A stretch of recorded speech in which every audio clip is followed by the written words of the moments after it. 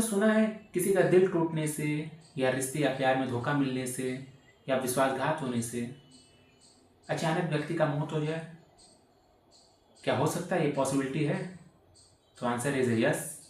क्योंकि जब हमारे जीवन में कोई बहुत ज़्यादा या कोई बहुत बड़ा स्ट्रेटजी होती है, कोई धोखा मिलता है या बहुत ज़्यादा सैडनेस आ जाती है, तो उस समय क्या होता है, हमारे शरीर में स्ट्रेस हार्मोन्स का बाढ़ आ जाता है।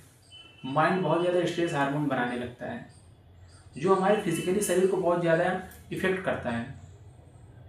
हम जैसा थिंक रखते हैं, जैसा अपने अंदर इन्वायरमेंट क्रिएट करते हैं विचारों के थ्रू, विजुलाइजेशन के थ्रू, माइंड वैसा ही बिहेव करता है हमारे शरीर के अंदर। जब आप बहुत निगेटिव होते हैं, जब बहुत ज़्यादा आप सैड होते हैं, डिप्रेशन में होते हैं, तो माइंड से स्ट्रेस हार्मोन बहुत ज़्यादा निकलता है। जिससे होता क्या है, आपने सुना होगा अचानक से किसी को हार्ट डिजीज नहीं था, उसको हार्ट अटैक आ गया। तो वो स्ट्रेस हार्मोन्स करता है हमारे हार्ट के लेफ्ट वेंट्रिकल के साइज को बढ़ा देता है, जिसको कहते हैं ताकोत्सुबो सिंड्रोम। लेफ्ट वेंट्रिकल लोटे के आकार का हो जाएगा। जब वो लोटे का आकार का हो जाता है, उसका साइज एबनॉर्मल हो जाता है, तो शरीर में एबनॉर्मल बिहेव करता है, हार्ट कमजोर हो जाता है और सडनली आपने सुना होगा किसी को हार्ट अटैक आ गया।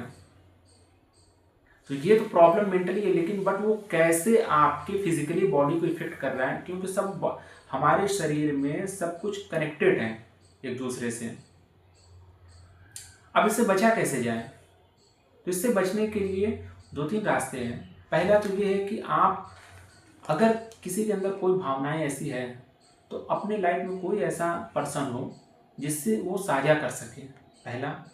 दूसरा, आपको अपने डाइट को बदलना होगा, क्योंकि अगर स्ट्रेस हार्मोन्स को रोकना है और हैप्पी हार्मोन्स को बॉडी में बढ़ाना है, तो माइंड भी करता है। तो माइंड को इसके लिए चाहता है एनर्जी आपको मिलेगा आपके डाइट से, जैसे DIP डाइट।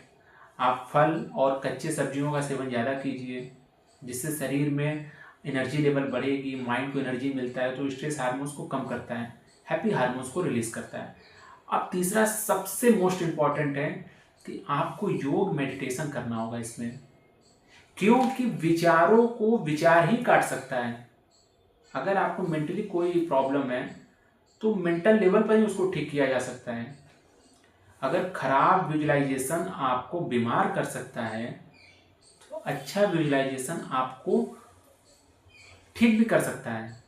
ऐसे रिसर्च में सब साबित हुआ है, क्योंकि हमारा माइंड जैसा हम सोचते हैं वैसा ही बिहेव करता है। माइंड को मालूम नहीं चलता क्या रियल है क्या अनरियल है, क्या सही है क्या गलत है। आप जैसा विजुलाइजेशन करेंगे, माइंड वैसा हार्मोन्स क्रिएट करता है।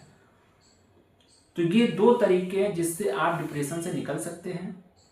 योग मेडिटेशन तो मस्ट है, क्योंकि आज की डेट में कितने लोगों की लाइफ में कोई प्रॉब्लम अगर नहीं भी है, तो लेकिन माइंड में उस चीज़ को प्रॉब्लम के रूप में देख करके प्रॉब्लम बना लेते हैं, क्योंकि स्ट्रेस और अकेलापन और तनाव बहुत ज़्यादा है भाग दौड़ भरी ज़िंदगी में, क्योंकि लोग अपने साथ कुछ समय नहीं देना चाह रहे हैं। आप अपने लाइफ में कोई भी चीज़ अगर सीखना चाहते हैं, कोई भी अगर स्किल हो, पढ़ाई हो, तो उसमें आप समय देते हैं, उसको समझते हैं, सीखते हैं, एनालिसिस करते हैं। बट कभी क्या आपने अपने साथ कुछ समय बिताया, खुद को जानने का प्रयास किया? जीवन जीने का सही तरीका है कि आप अपने आप में ठहर जाओ, पहले अपने आप को जानो। आप उसका सबसे अच्छा माध्यम है योग एंड मेडिटेशन। ये अकेले नहीं हो पा रहा है, तो आप किसी अच्छे टीचर के गाइडेंस में कीजिए, जिसको अनुभव हो। आप मुझे कमेंट कर सकते हैं, अगर कोई क्वेरी हो, अगर ऐसी कोई प्रॉब्लम हो, तो मैं उसको पूरा आपको गाइड करूँगा। अगर कुछ भी आपको जानकारी चाहिए, तो आप बेशक मुझे कमेंट करके बता सकते हैं। तब तक के लिए हर हर महादेव, नमस्कार।